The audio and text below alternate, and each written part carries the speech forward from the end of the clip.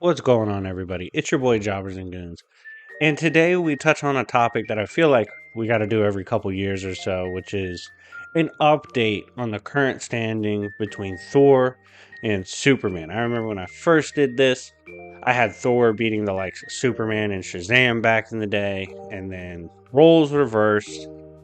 I had a higher standing for Superman at that point, and now we revisit with Infinite Frontier slash current Superman versus current Immortal Thor, both arguably at their strongest peaks of power ever. If these two were to clash, who do I think would win? I've been doing in-depth coverage on both, so I'm going to briefly break down both characters and what they've been up to, and then I'm going to give you my verdict on who I think wins. Before we begin, smash the like button. Let's get this to 300 plus likes if you love iconic matchups such as this one.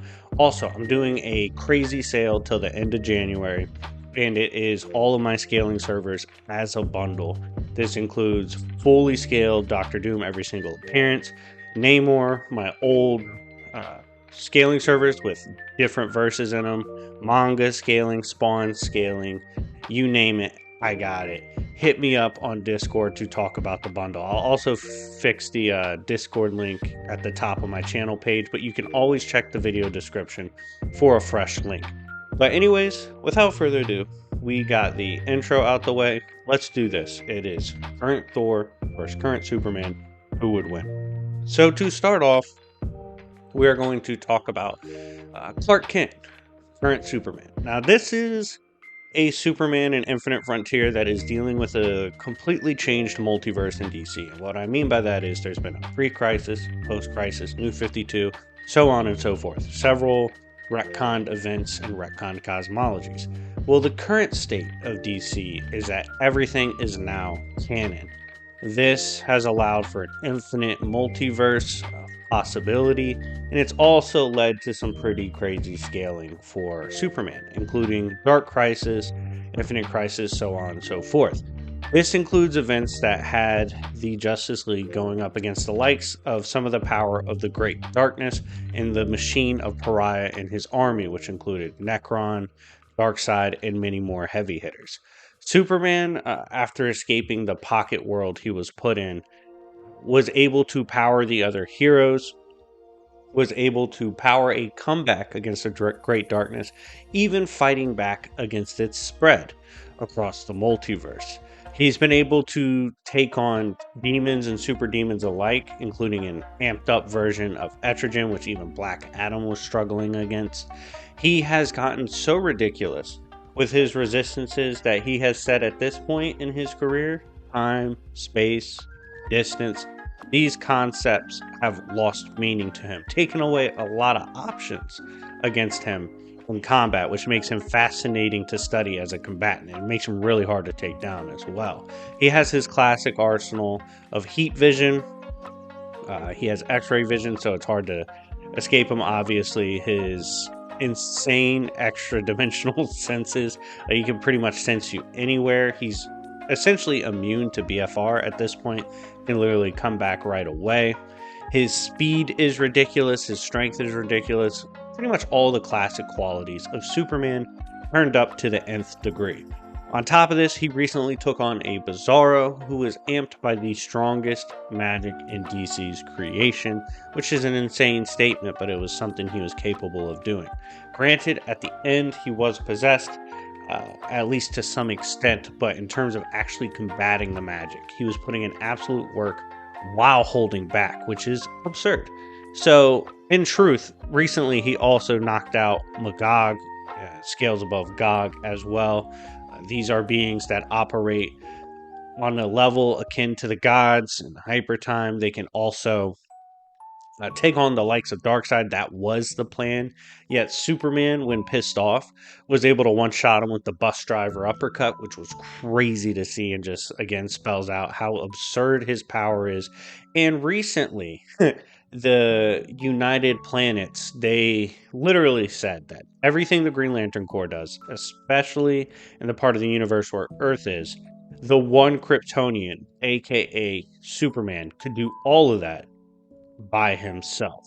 To make matters work, the likes of the Reach and who they go against, the alien nation which infamously created the Scarabs, which most famously was portrayed with Blue Beetle. They know Kal-El. They really don't respect anybody else, which includes Flash and Shazam, but they think Superman's an absolute menace. So, in conclusion, for Superman's part, he's as strong as he's ever been. He has his classic loadout, but he's shown a lot better resistances to things that typically take him down. He has narrative resistances as well, resisting the change of his narrative. Dr. Manhattan himself even said, I don't know how to actually get rid of Superman because he's the core of DC. He's just going to come back even if I try to erase him. Same with Mr. Mixie, which is insane to think about, that they can't even mess with his narrative. And we've literally seen him hold up the comic books before and hold up the stories of DC. Why? Because he's Superman. Now, moving on, let's talk about Immortal Thor. Now, spoiler alert, I'm working to get Al Ewing on the channel. Typically he deals with toxic fans, so it's going to be a struggle, but I will get him on the channel. Scout's honor.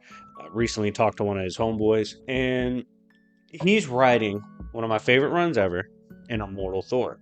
Now, Immortal Thor is a story of Thor taking on the Elder Gods. These are the gods that exist beyond every pantheon that we know thus far. They are the no gods, the gods beyond. They don't even count within Yggdrasil. There's a realm no one even really knows about outside of Yggdrasil, the non-realm. And these beings are of extreme power. There's direct statements from authors saying they are beyond the gods we know typically of in the Marvel universe, and that we need to respect that level of power.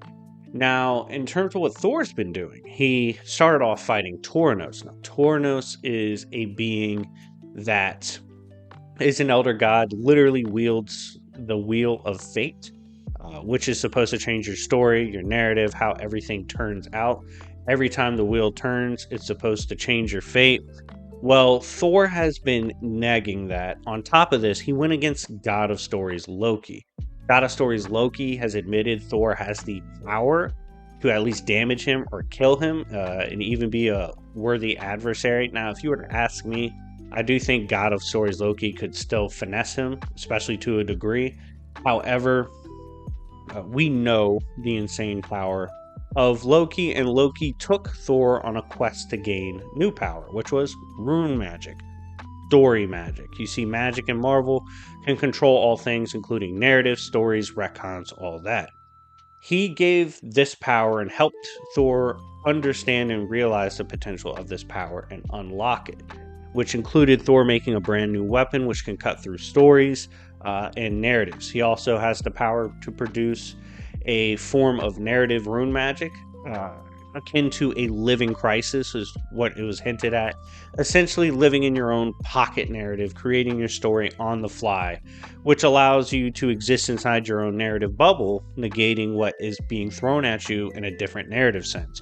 This leads to, while admittedly it can seem a little jumbled with the narrative stuff, essentially Thor has the potential to cut through stories and create his own stories, including living in his own hyper-narrative.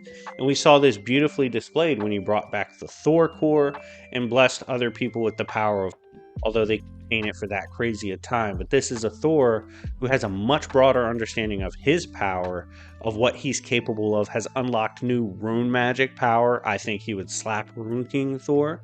And it was stated in a recent run with Thor versus an amped Hulk, that Thor has actually never gone out all out against Hulk, no matter which Hulk he was facing. And that if he did, it would be a completely different story, which is pretty impressive because Thor already does very well against Hulk. Overall, this version of Thor is a version of Thor that's much more mature. He has the all power. He scales above peak Odin. He has rune magic, narrative magic. He has 2 weapons right now. Recently, he's had a pretty damn good feats, including going against the likes of even Null and doing very well. Granted, Null had some weaknesses that Thor can exploit, but regardless, Thor is an absolute beast, is contending with the Elder Gods, and is even seen by his own mother as a contingency against the other Elder Gods. And yes, he has about 67 different moms, but most importantly, he has Gaia, another Elder God, and the Phoenix, which blessed him at birth. So, If these two characters were to square off, how do I see this going? Well, again, smash the like button before we get into this, and I expect y'all to be active in the comment section with your opinions on this. But at this current junction, I think my opinion has swayed drastically, especially the last month or two. At first, I was leaning Thor, especially in the new Immortal Thor with the powers he unlocked, the Living Crisis narrative, the different narrative hacks he had. I was like, man, magic wise, Thor has a lot he can throw now at Superman that makes it a very difficult battle for Superman. However, Superman 1061 Action Comics went against a being amped and using the strongest magic in DC. Superman was still trying to talk to him while fighting him, still trying to calm him down, figure out what's going on. Didn't even want to hurt him. Keep in mind, he's supposed to be weak to magic. In fact, and for those, oh my god, I hate this. People try to argue, oh, it's not a weakness for him. Hey, dickhead, in the literal comic, it says he's vulnerable to magic. Magic is a weakness of his. That is verbatim said. I'm not going back and forth with you. That's what was stated about Superman. If you have more authority than the writers in the comic itself, good for you. Get a fucking cookie. Stop by the deli. Get a cookie. You're a big boy, okay? But we're going by what the comic said. It said specifically he is weak and vulnerable to magic. That's one of his weaknesses. However, in the light of the willpower of Superman, his strive to win no matter what, because he has to be the good guy. At the end of the day, he has to save everybody. This will, this determination, this purpose of Superman by far supersedes any kind of magic, no matter how strong it is. If Superman wants to get the job done, he's going to get the job done.